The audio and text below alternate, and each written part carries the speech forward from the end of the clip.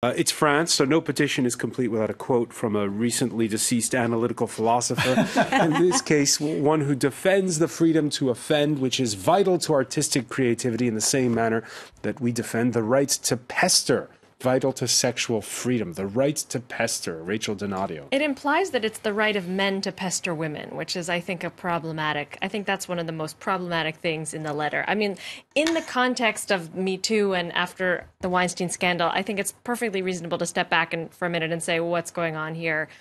The letter raises some interesting points about not rushing to summary judgment, but the right to bother, the right to pester, the right to importuner, that's highly problematic. And the response to that letter has been, who are these actresses and writers and psychologists of a certain generation to tell any other women how they should respond when a man importunes them, when a man pesters them and bothers them? The reactions to this have been super interesting.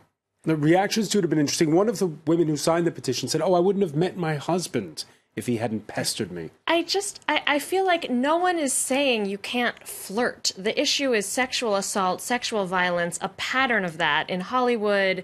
Harvey Weinstein. I mean, there's definitely the problem with the letter is that the line between flirting in a cafe and men completely abusing their power in the workplace, and that's problematic. I mean, I think that the letter, it's also so very French to me. I mean, I'm the American in Paris, and I don't think I have Stockholm syndrome entirely. I can understand the culture that produces this letter, but it's kind of a culture of women who are a little bit cynical, like, okay, men are like that, human nature is like that. This is what I wrote in The Atlantic this week. Men are like that, human nature is like that. So we'll just have to figure out, we'll set our strategy, we'll use